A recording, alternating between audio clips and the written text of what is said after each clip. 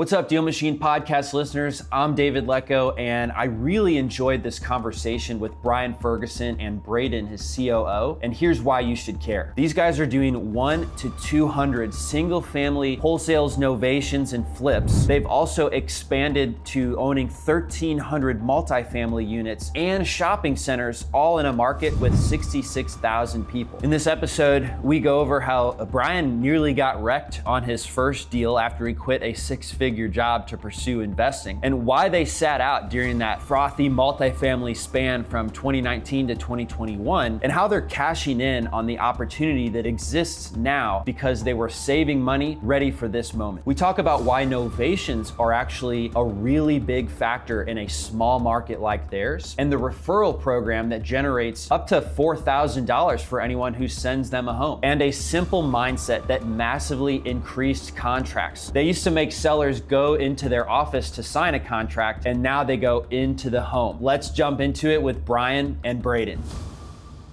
Fergmar, we're a 20-year-old real estate company. We do everything from single family to multifamily and shopping centers. We do about 100, 200 single family transactions, and we own about 1,300 doors. And all those transactions of like the 100, are they all being taken down by you guys? Or are you also doing some wholesaling or flipping? Primarily at this point is wholesale and novation. Awesome. So we take down a small percentage at this point. Well, congratulations, guys. That's a great business, great accomplishment. Yeah, thank you. 20 years, right? 20 years, yeah. And I heard you actually quit a six-figure job to get into real estate.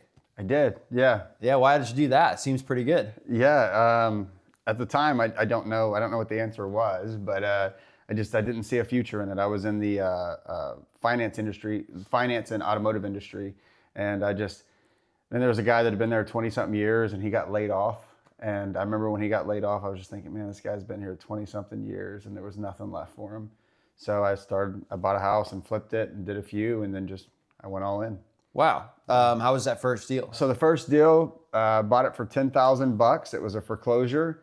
Thought, can't go wrong. It's $10,000. And then tried to borrow money on it. No one to loan me anything, even though I had good credit, good income, good everything. Didn't do any inspections on it. So once I actually got the keys, I remember walking in the back room, the whole ceiling was caved in. But yeah, we flipped it and we made a few bucks on it. So, Nice. Yeah. And then Brayden, when did you come along? So I've been there about 5 years. Yep. Kind of running that fix and flip division, and then now the wholesale division. So it's been great. And so what's your job title? I'm the VP of operations for the company. Awesome. Yeah. And what does the rest of the team look like? Man, we got the significant amount of our teams in long-term holding. We put a lot of effort into our acquisitions team. We've got a small construction team, a lot of administrative staff. So that's, it's getting up there in team count. And did you grow up in Victoria, Texas? Yeah, I was born and raised. Very cool. Brayden's a little further out. Brayden comes from... Yeah, I'm originally from Canada. Oh, really? Yeah, so moved down here when I was a kid, or moved to Texas when I was a kid, and just fell in love with it. So been there and can't see myself ever leaving now. Yeah, I moved to Texas 4 years ago and have really enjoyed it as well. Yeah. Nice. Yeah, so what do you guys feel like you learned this past year in business, if anything? You guys should know what you're doing now, 20 years in. Yeah. But I'm just curious if it's still something you're always feeling like you're learning. The learning curve came in 07, 08, 09, right? Mm-hmm. And those were some hard years. That's probably a whole nother conversation.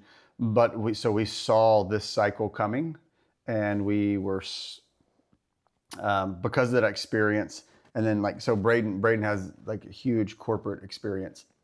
So we're fortunate to have him on the team.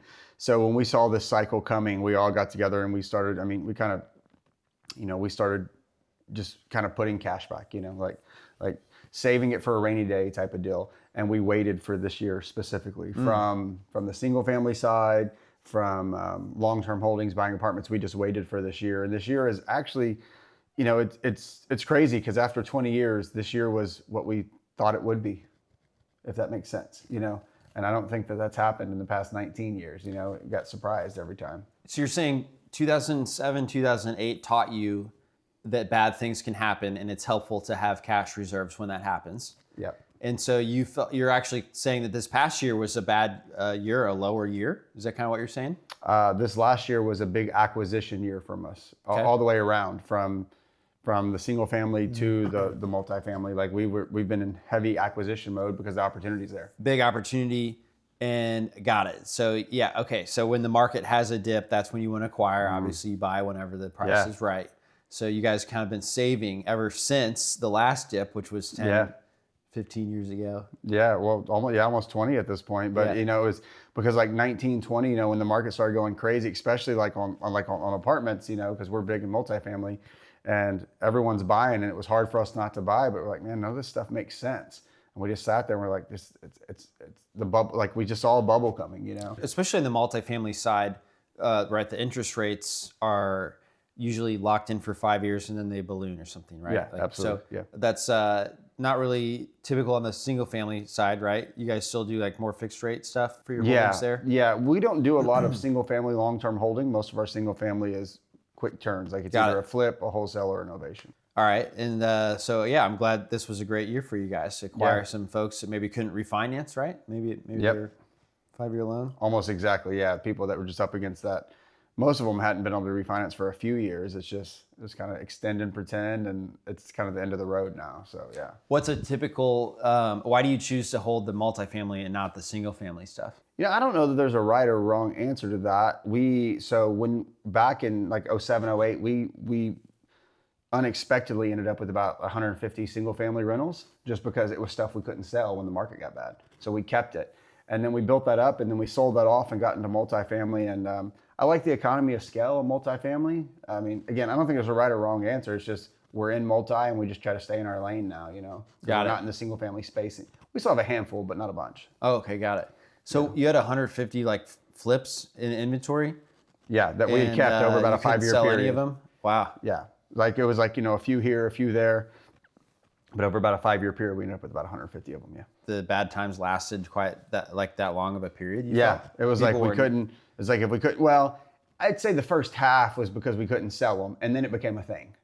Then it was like, oh, this is working out well. Like we have this nice single family portfolio, it's cash flowing. Mm-hmm. So then we intentionally started keeping them. So we got to where like everyone in the office knew, like we put a house up and we're like, all right, here's the rent price, here's the sell price, whatever comes first. Mm-hmm. And if rent came first, then we'd go do we'd do these 10-year notes with like a local bank, and we just hold them.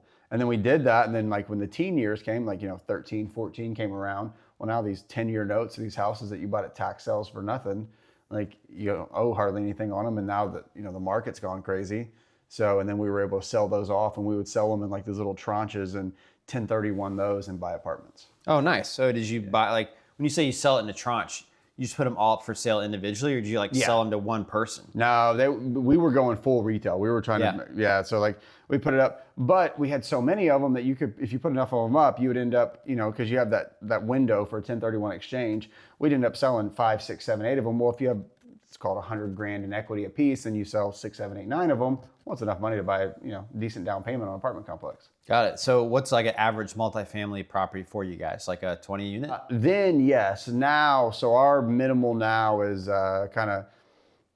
we look for 1980s, 1990s, 150 unit or greater. And so are there a lot of those in Victoria? No. I mean, we own, we're buying a 288 unit now, and that'll probably be our last acquisition in Victoria, just because that'll put us at about 1,300 units. You literally own all of them in Victoria now? Not all of them. There's or you just don't want that much exposure to one place? Yeah, it's just too much for the one side. And then we're in the submarkets of Houston now too. So like Katy, Sugar Land, we're in the shopping center space, and we're in retail, and we're in that there. Oh yeah. And I think that question leads to a big part of why in that community, from a supply and demand standpoint, we haven't had to fight the battle of this, in some of the communities that are growing like crazy, these apartment complexes that are getting built like every other overbuilt month, right? And then so we've never had to deal with that supply from so it's enabled us to raise rents at a consistent level in our own community. So that question in itself has been why we've been successful there as well. That's good insight. Yeah. So tell me about the first shopping center. When did that come along? So there were some smaller ones over time. So what happened was, like, we were single family, then we got multi, and then instead of going in other markets, we just kept going in other asset classes, like constantly, like mobile home parks, like, self-storage. But the big one came in 22. So 2020 and COVID, so like 19 apartments went crazy. The single family side was doing great. I wasn't really they didn't really need me inside the company. So then when COVID came around, I was just sitting at home. So I started kind of passively investing as an LP as I'd sell stuff off. Like we didn't have enough, like you'd sell something off, you'd sell a house or two, and it wasn't enough money to buy an apartment complex, but you got to do something with it. So I started passively investing in syndications, apartment syndications. And I thought, okay, this is it. I'm just going to passively invest. Well, that's because we're sitting at home during COVID. Well, then once everything opened back up and I got back to the office, I'm like, okay, no, I'm not ready for this. So like you just wanted to be involved and more involved and active. I learned I'd passively invest in something in Houston, then I'd be passing through town. I just couldn't help myself. Like I had to go over there and see what was going on. Like I was like, I'm You're not even passively doing it because you got to see what's going on. I'm not a passive. Like I'm not there yet, right? Like, and then so fast forward to 22, I had this group of guys that they'd consistently ask, like, I mean, if you ever find a deal, like we have some money we want to invest, but we don't want to do the work. And this big shopping center, like probably the biggest ones in Victoria, popped up, and didn't quite have the cash needed to do it. And I just talked to them about it, so we partnered with them and we did that, and then we did another one. And then at a certain point, our attorney, and then all of a sudden their friends and family wanted to put money in. And at a certain point, our attorney was like, okay, like this is a syndication, like you're bringing in capital, you need to create an actual company for this. And so that's what we did. And then we bought shopping centers up until, we bought a few apartments the past few years, but really until this year, we've kind of paused on apartments because they were overpriced. So the game plan on the houses is find like rundown houses or whatever in distress, and y'all do flip some of them, then you just wholesale the other ones. And then the game plan on the multifamily apartments, are you trying to do value add, or are you literally just acquiring it because they can't pay the loan? Both. So we'll like the one now, like we're buying it probably $8 million below their cost, but so that's already a great deal, but there's still a value add play too, because they haven't remodeled a bunch of units. And you'll do that and put granite right away and raise the rent. Yeah. Got it. Okay. Yeah. So it's both. What's the game plan with the shopping centers? Same. So there's got to be a value add play. There's either got to be a vacancy, leases that are expiring that are under market. Like there's still some type of value You add. look for a distressed asset. Yeah. Yep. Or like something where we can just add value somewhere. Mm-hmm. And I would say that, especially on that, from a management standpoint, is you wouldn't believe the amount of, some of the management companies that got involved in some of these bigger shops that just didn't care. They didn't care to lease it in time. So a big part of that is just a lazy mentality from a property management standpoint. And some of these I moved to Victoria, and we had one that we bought, and it was empty. It was a perfect location. It was empty for 6-7 years. 9.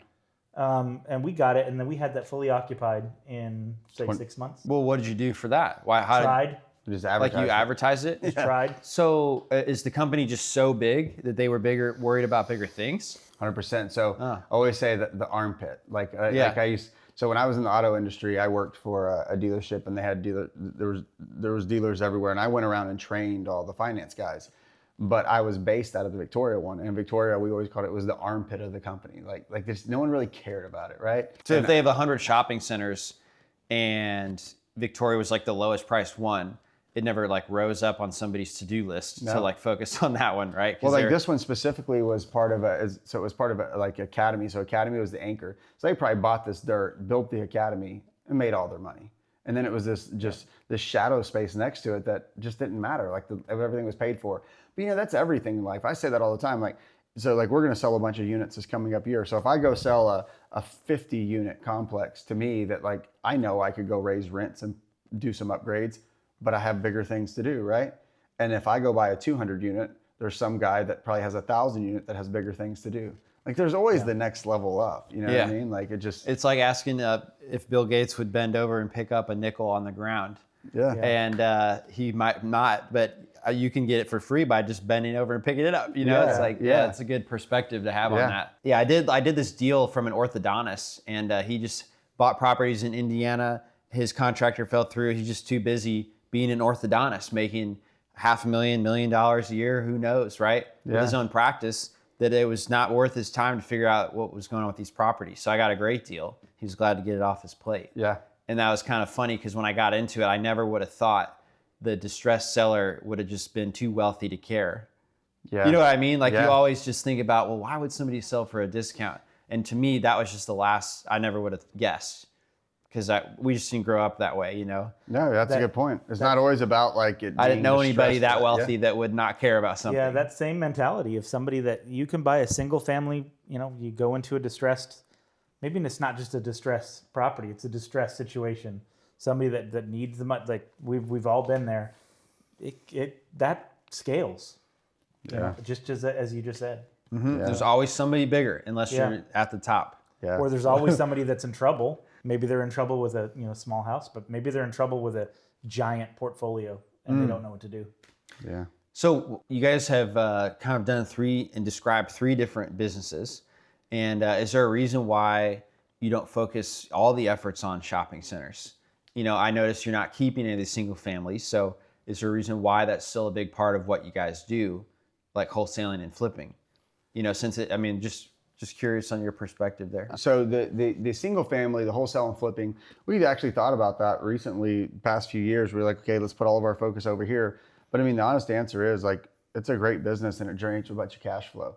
So I always say, like, when you talk to people, like, this is my W-2 and this is my retirement. It's like long-term, the shopping centers, like that's the long-term retirement. But the single family is the cash flow. It's the cash cow. You know what I mean? And the thing is, so like when we that's right. I guess you're not really flipping and getting active income from the multifamily. Almost all the income goes back to the investors. I got you. So we intentionally structure all the income to go back to the investors because it works out better for them and it keeps investors coming back. So, and then we make a commitment to be the largest check writer in every single one of our deals. So, you know, if I'm going to write the largest check in every single one of our shopping centers or apartments, well, we got to have money to do that. And we don't have a bunch of single families to sell off anymore. Those are gone, right? Yep, you got to have active income. We need the cash to do it, yeah. So, and then the shopping center to multifamily, it was just a happy accident. When apartments went crazy, we kind of fell into shopping centers and we got to know it and we're pretty good at it and we like it. Like I have a passion for it. And then, but we know and so multifamily just came back around this year. We saw it coming and we've been extremely aggressive this year because there's so much distress. Like the distress isn't there really in the shopping centers. Like they're there, the good deals are there, but the distress is in multifamily. So that's what we're chasing right now. Man, you've had to raise money to do some of these purchases, right? I mean, you even said your family and friends started wanting to contribute. Yeah. But you made it sound so easy.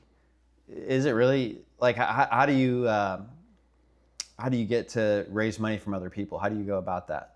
Definitely not easy. One thing I'll say, it's a whole nother, so the acquisition side of it, like, so our history is in acquisitions, managing and construction and just operating, right? The capital side of it is a whole nother business. And that's what you learn to realize, like, so it was a few guys that like, okay, we're going to partner and do some deals. And then they had friends and family like, oh, I want to let this person come in. And then before you know it, it's a company. But like, it's a whole nother business. So you're saying it's kind of referrals, right? People were like excited about the opportunity and then they started telling other people. Yeah. Yeah, that's pretty cool. But then to manage it, to send out, you send out your quarterly updates to investors, to just when you're actively raising capital, like it's a whole nother, it is a business in itself. Like just getting the capital is a business, and then we got to buy the property, and then we got to manage it. Like, so it's definitely, it's a lot of work. Switching gears to that wholesaling side, like where do you source the deals from? What kind of marketing you guys do for that? So it's funny, earlier you'd mentioned this last year, we kind of went back to the basics. We being in a community that we didn't have a lot of competitors with, I think we got a little bit complacent a little bit in the last couple of years. Oh yeah. And, I think this last year, but just going back to the basics with direct mail and we still have a couple of vendors that have just been great with us, and we just kind of relaunched kind of a whole new program within that organization, and it's been great. So direct mail has been fantastic for us. We have our kind of own kind of referral business that we do. We pay people to take pictures and do as many things as they can to get us those leads, and they've proven just like you're saying people that go look for rundown houses. Mm-hmm. Yeah. Oh wow. That's our number one lead source. Yeah. Where do you find those people? So number one, we start internally. right? So we have quite a bit of people working on. So we just encourage everybody take a different route every morning to work, and we start them out at $500. They get the second one. It's $1,000. And we go all the way up to $4,000. And So in terms of deals that you that we buy acquire, so the first one's 500, then it's 1,000. Yep. Yeah, keep them. 1,500 to go all the way up to 4,000. So it's a pretty good incentive. So if you have four grand in June and send another one in July, it stays at $4,000. So you make $4,000 for every house, for everything you refer. Oh, got it. Nice. Yeah. Yeah. So it could Pretty get good. Yeah. So How many people on like your team do you have? just in our kind of wholesale team, we've got about 6 to 8 people. Company wide, we're 35 plus. A lot of them are on the management side. Is that what I heard you say? Yeah, there's a decent amount we have the management side. I would say the property management and the acquisitions team are probably the 2 largest teams. And then you have like your leadership team and then some admin. Got Accounting, stuff like that. Yeah, So accounting, finance. Yeah, it's a big Part of the team people on too. the management would be like the person at the front desk at the apartment complex, like for a 200 unit place, like they have like full-time staff, right? Absolutely. So those are part of the people on your team. Yeah. Y'all aren't in the same office necessarily. No. Which is actually great for you guys because you kind of cover all this ground because people are going different places every day. Yeah. Right? That's part of that key about what he said about that, looking for that multifamily that's 150 units or above, is because you can staff it with And when you say you went back to basics, that's basic. super basic. Yeah. Look for the rundown house. The mail-outs, the yeah. little things. We definitely, like to his point, we got complacent. We're the biggest player in our market, and so I don't think we quit learning how to hunt as much as we did when we started. And coming to CG 3 months ago, it made us realize that. Really? You didn't realize that until you joined and saw others? No. Just how much marketing and active I'll marketing give you you're an doing? example. So every offer we made, they came into our office. What do you mean? Like we would go view a house, Everyone. and then they would schedule the appointment 2 days later to come into our office before we made an offer. We've been doing that for 15 years. It served us pretty well, 20. right? So I've never heard anyone do that though. Usually the investor goes to them. No, we would bring them in. We've been doing it. So we came out of the car business. So in the car business, like you get a Foursquare, like back 20 years ago, you go, it doesn't happen this way anymore. What is the Foursquare? So a Foursquare is like a piece of paper it's 4 squares. And back in the car business, like the price would be in the first square, and then maybe the down payment's in the next one, how many months you want to finance, and then what the payment is. And then, okay, well, you don't want to pay this price. What don't you like about it? And we'd scratch through it and we'd write it and we'd take it back to a sales manager. Yeah. So when we first started doing houses, we treated it the same way. We brought them in, we did a Foursquare, we did it the exact same way. Were you in the car business? Yes. That was you were in the finance side of the car business. Yeah. Gotcha. Yeah. I started out in sales manager, and finance, and then became a finance director. And was training people. But anyway, everybody here would go to the house and make Correct. the offer in their house, right? we didn't do that until 3 months ago. And did it make a big difference? huge. Massive. What kind? How did you measure Well, it? just you think More about contracts in a week than a month. Yeah. I mean, yeah. So from a perspective of time, right? So the amount of time they're going out to evaluate the property, get them to come back, and they had a pretty good, conversion of getting them back to the office, which is pretty good. We thought it was a home turf, right? Yep. Once we did that, think about from the perspective they weren't going out to evaluate a property. So when people would call in and say, "Hey, I want to know what my house is," sometimes they would just go out there and evaluate the property.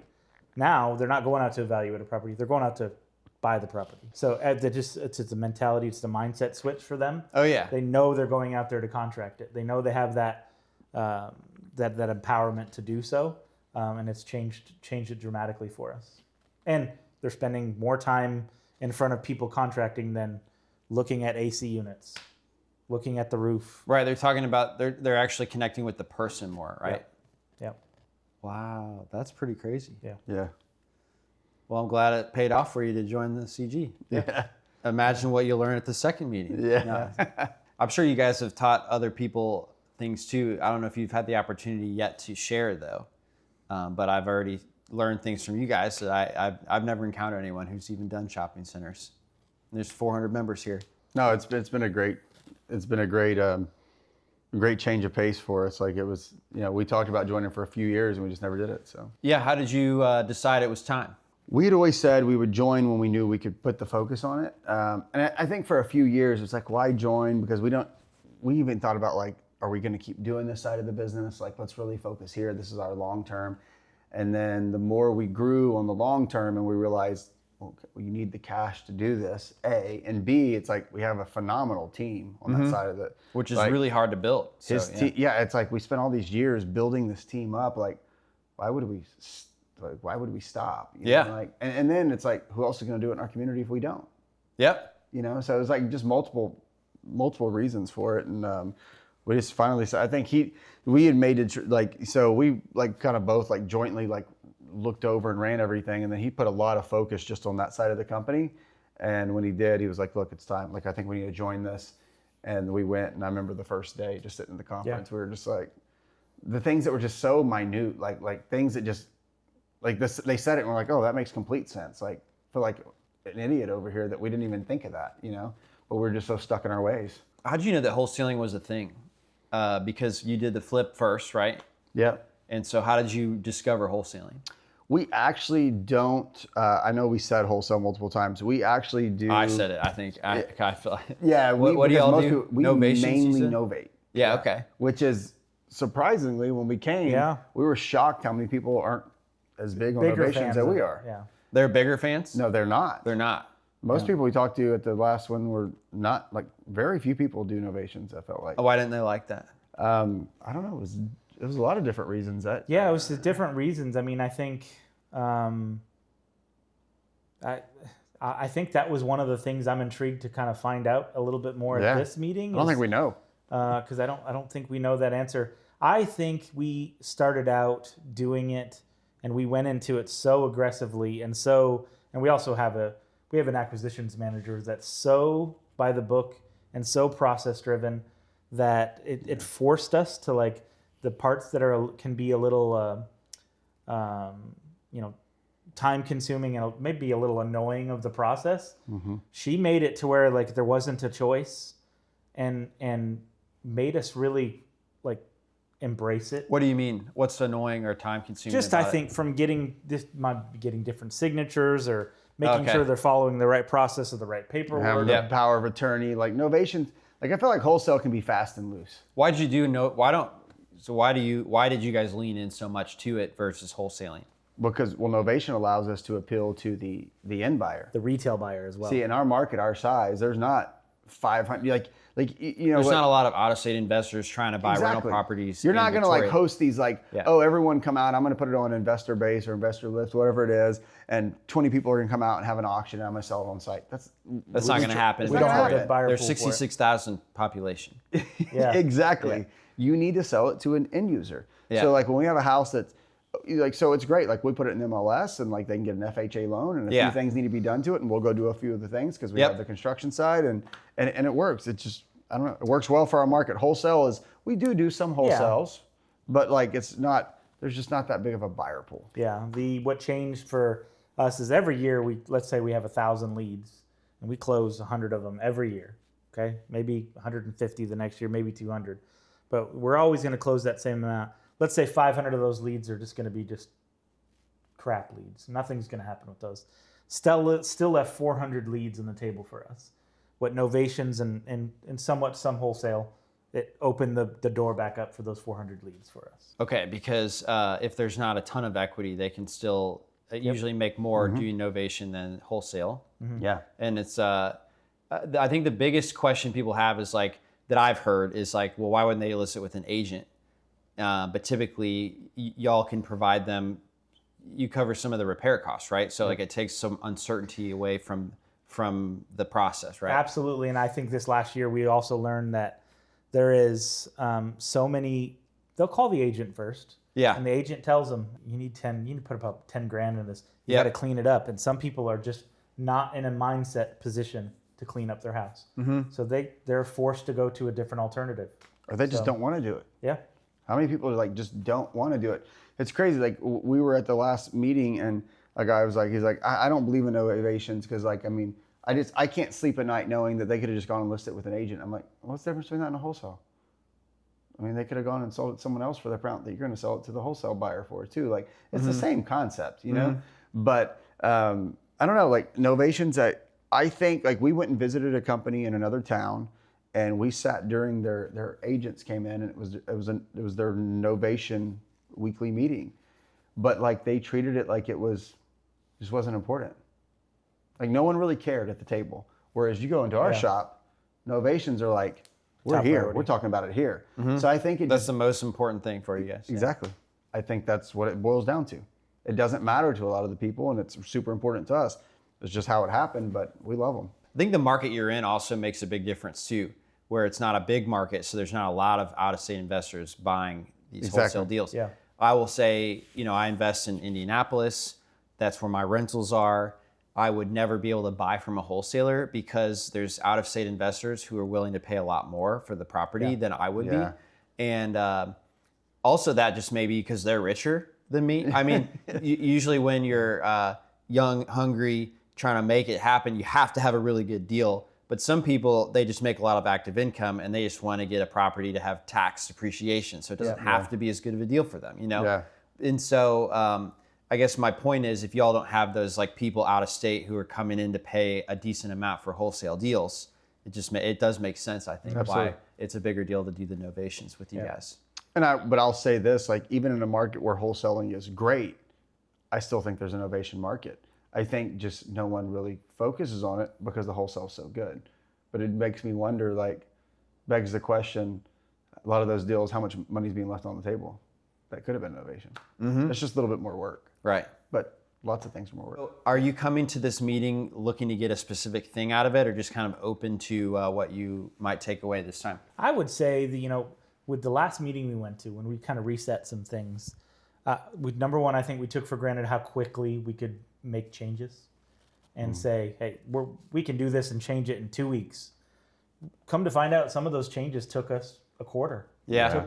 It took that much time to be able to do it. Humans are not as easy to change as a computer program. You gotta go through some training, right? Yeah. Refinement of the process. Is that kind of what you're talking about? Just getting people to do it differently? Well, and just getting it done, even the mail outs. Like we interviewed a company, he found a company he liked, and then like that guy he was going on maternity leave and like some things happened, but like it's just life. Like life happens. But like, and then by the time you got the first batch out, now but like they're just now contracting deals from those new mail out company, which was 90 days ago. Yep. Yeah. Yeah. Just takes time. Is there any, speaking of direct mail, is there any type of like data that might be helpful for you guys? I'm kind of in a unique spot where, DealMachine obviously provides a lot of data, but there's even data we don't sell or make available in the app because we just haven't gotten around to it. Like you said, things take time. So I discovered some people want to know the list of real estate agents in their market that sell new construction, but not the big builders, just the middle independent guys, because they pay more for vacant land, for example. So just curious if there's any type of like hard to get data that you guys have been after. No, I wouldn't say that. I think we might run into like it's almost because of the smaller community. Like we might see this where we're sending too much mail. Right, because there's only 66,000. I don't know if anybody's ever said that. So people that live there. I think we went from being too strategic and said, let's deliver this mail to this neighborhood to this type of person. And then we went completely the other direction, just everybody. Yeah, because it's only, 40,000 homes? Yeah. I don't know, 30,000? If you're So a lot of people here send that much every month, Yeah. So you could be hitting everybody. Yeah. Yeah. So we're hitting surrounding counties and all that now too. Yeah. So, yeah. What's crazy is that you both do the same amount of deals, I guess, right? You're doing like 100 plus deals. That's very impressive. Yeah, it was mind blowing. Like Small market. Our marketing budget was $7,000 a month, and we came to that meeting and people are like, "Oh yeah, we spent $150,000 last month." Yeah, we're like, "Whoa." Yeah, and they're doing a couple hundred deals, so not much more than you, but maybe their deal size is bigger, maybe the homes are more higher dollar, but still, I mean, you're doing actually we found out that unheard of cost per crazy. deal. Yeah, it was crazy. So we've definitely stepped that up now. So what is that? $100 a deal? What's? Oh yeah, I guess so. No. Yeah, You're doing like 10 deals a month. Yeah, and so you take I guess but so it's like much $500 a deal. Our biggest lead source is referrals. Yeah. Which is the cheapest. Our biggest lead source is people that just walk in the front door, or referrals, or just call us. Because you're doing TV, or they know of you because you're in the 20 years and we've been in the market. Yeah. But we've definitely, and I think we got comfortable with that. And now we've realized with the new mailouts, though, we're getting deals that we weren't getting before. So we're realizing there was more out there. Mm-hmm. Regardless of the size of the market, like there was more out there that we weren't capturing. And so we're starting to see it. Because what happened is like you could have like a 200 deal year and then a 75 deal year. Like the consistency wasn't there because it's just kind of whatever came in that year and we were okay with it. Our goal now is to make it consistent. Like we want to see, if we're going to do 150, we want to do 150 this year and next year and the next, you know what I mean? Yep. So we had to pull a few levers to do that. So What would you say is the worst advice you ever received? kind of juvenile, I guess, because everyone talks about it, but I still stick with the fact that like when people tell you, like so many people tell you like, don't buy that, don't do this, like they put fear in you. And I just remember the deals I didn't do. Like I drive through town and look at apartments or properties that I didn't buy. And you have the regret? Regret. Oh, to this day, absolutely. But wouldn't you say that sometimes the best deal you did is the one you skipped because it was like a bad deal? You like force, you know what I mean? It's like some people will buy a deal and then they're stuck with this problem that they can't solve. I guess it goes both ways. So why didn't you do those deals? Did you feel like it wasn't a good enough deal? You know, it's interesting. So like when in the single family world, it's like we got to get as cheap as we can, right? Like that's the goal, right? Like I mean, you make your money when you buy it. And then in the long-term holdings and apartments, that's not necessarily the case. But if you have that same mentality, and that's what happened. I'll never forget this apartment deal. Had an agent call us. It was like a 100-unit apartment complex, and they wanted $1.2 million for it. It's probably worth $10 million today.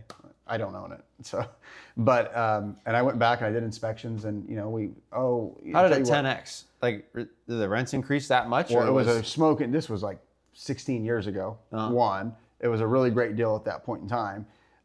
So just like a mixture of that. But we went back, we did inspections, like, oh, we need all these things done, we'll give you $800,000. Like it was already a great deal.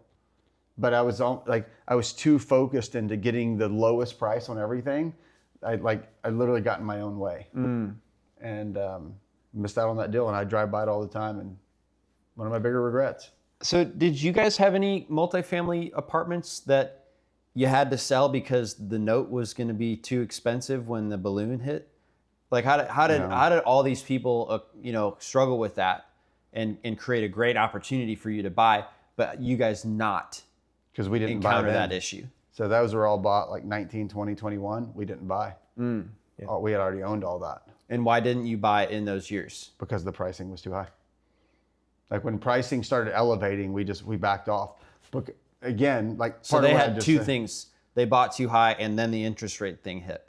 Bam. Yeah. Yeah.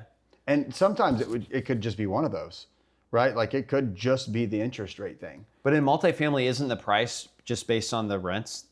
Or are you saying like the cap rate of all these properties started going higher? It should be. Or the, A stabilized asset's going to be your net operating income divided by the cap rate, whatever, right? But what was happening in 19, 20, 21, everyone was like hoping for the inflation. They're just paying too much. They're like, oh yeah, like I know I'm buying it for a 4 cap and I know it doesn't even cash flow today, but in 5 years, it's going to go up 50% and I'll make my money then. So like they were hoping on that inflation. They were hoping on that like 5-year projection. And then when it didn't happen, they're all stuck. Mm-hmm. So there's a lot of people, it didn't happen in our market, but a lot of your bigger markets, I mean, like there's people like, oh, I'm buying this apartment complex for $25 million and these guys paid 50. But the thing of it is like, it was never worth more than 25. They just overpaid. And then the banks all jumped in on it. Like what happened the last 4 or 5 years in multifamily is what happened leading up to like the 08 crash in single family. Like lenders got just as bad. Lenders, they had no guidelines. They would approve it even if the bridge lenders would look at the pro formas, and as educated as they are, as much money as they have, they would look at these pro formas of these operators and go, oh, okay, well, you're going to raise rents, then you're going to do this. So I'm going to loan you based on what you're going to do in the future. What your 2-year yield on cost is, based on what you're telling me it's going to be with a spreadsheet. Yeah. And that's what I'm going to loan you based on. But without looking deep into it to see if that would actually be possible. Exactly. Oh, wow. Yep. But those aren't really government that's all backed lenders, right? Balance sheet, that's just there's really still no regulations on it. No, not at all. But they just kind of dealt now with. And they're back in business now. I mean, they're loaning again. Yeah. I mean, so, yeah. But it's all private, so they can do that. And, absolutely. Yeah. I mean, they took those hickeys or haircuts or whatever you want to call it, and yeah, it was their choice. I would say too, over the years, those long-term holdings, being able to course correct by having the boots on the ground, having the management team, and being able to really know your market. Like, say there wasn't the best deal, we could make it a pretty good deal after a couple of years. Yeah. So having that ability to course correct with time has been helpful as well. So having that team and experience, it's really led the way for us. Have you guys read any good books lately? I just finished one of my favorite ones, The Art of Spending Money. Good for a shopping center owner. Yeah, it's actually interesting because it really gives perspective to. So it's like so easy. Like we're in a perfect town for it, right? Like walk outside tomorrow and be like, oh well, that guy's driving a Lamborghini and that guy's driving a Tesla or whatever it may be, right? It's so easy for us to mentally judge whether you say it out loud or not. And the book really just resonates with everyone has their own reasons. Like the old famous saying, like every behavior makes sense if you have enough information, or however they word that, right? Like with enough information, every behavior makes sense. No matter, it could be a mass murderer, right? With enough information about them, every behavior makes sense. And he really focuses on that in the book. And it's like the guy that drives a Lamborghini, it's fine if the Lamborghini was bought for the right reason and it makes the most sense to him. But if I'm buying the Lamborghini to impress you when I pull up, wrong reason. But if I drive that Lamborghini down the road because it empowers me and I feel good and I'm going to get to the office and just do better or be a better dad when I get home, whatever the hell it is, right? Mm-hmm. Like that's the right reason. If I'm doing it to impress you, that's the wrong reason. But it just talks about everything. It's a great book. So do you feel like it just makes you more of an accepting person, or do you feel like it's actually giving you permission to go spend money on a Lamborghini? Never buying the Lamborghini. It actually made me realize and Victoria would really stand out. It would really stand out. But it made me realize I really don't ever want to buy the Lamborghini is what it made me do. It just made me realize even with my kids, I got they want different things. Even to that point, it's just a mental thing. They have their reasons for what they want. You know what I mean? And that's okay. You know what I mean? Like for instance, I drive an Escalade. I like my Escalade. I enjoy it. It drives. I don't do it to impress anyone. I thoroughly the way it feels and drives, and I take the kids around town in it. And if that's the reason, that's okay. So, yeah, it's a great book. What about you, Brayden? I read him and I were just talking about this today. Actually, I read "Let Them" by Mel. I didn't know who Mel Robbins was. I saw her on a Armchair Expert with Dak Shepard, and I was captivated by what she had to say. And then I read her book, Let Them, and it just made you can equate that to anything, even in the real estate. Let them think that was a bad choice of buying that apartment complex. Let them think that.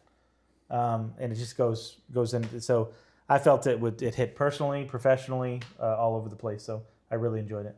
Is that more about when we see somebody who's thinking the wrong way, we always need to jump in and tell them or fix it?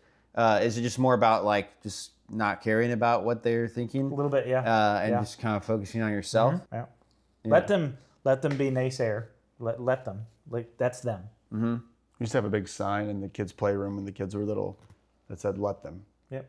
And it was just all about let them be little. Yeah. Just let them. Yeah. Yeah. It's a good one. I haven't read that one yet. Yeah. As much as we've talked about it. She's actually coming, we were talking about it earlier at dinner. She's going to be speaking at a big center about an hour from Victoria, right outside of Sugar Land. So I think we're going to take the whole team to go see her. Yeah. Oh, wow. Yeah. That's awesome. Yeah. I got a silly one for you. Can you die as a real estate investor? Investing is going to kill me? Or can I Maybe. die? Any hazards that you've encountered? Oh, like that. Oh, yeah, probably. I mean, you could probably get shot. You could probably fall. In that aspect, you mean? Oh, yeah. Yeah. Yeah. Oh, I'm sure. I'm sure plenty of people have. Have you guys had any near misses? I bought a house one time at a tax sale, and it had an old attic upstairs. And we walk in, and there was a homeless person up there. And when we opened the door, he came running out, and I fell down the stairs. So I had a few bruises, but I was younger at the time, so it was okay. But I think it's probably a flight of stairs, that'll hurt. Yeah, it did a little bit. I got a better answer for that for you. I think there's people that get involved in wholesaling and real estate that struggle, but I also think there's people that get involved in it that do really, really, really well and see more cash than they've ever seen in their lives. And sometimes that cash might lead to things that they don't want to get involved with or shouldn't get involved with. So I think that's probably a realistic thing where you see people just get just too much cash and they spend it on the wrong things and just lead them down a path that probably might kill them at the end of it. That is a good one to be aware of for sure. Yeah. Thanks for playing along though. Those always do well with the silly questions on Instagram. Well, guys, I really appreciate it, man. I know it's late. Appreciate you jumping over here right after you got in town.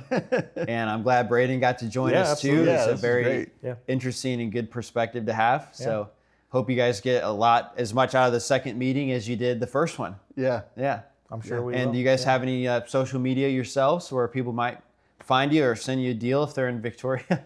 Yeah. So we're on Facebook, LinkedIn, really big on LinkedIn. So you can get a Fergmar Capital.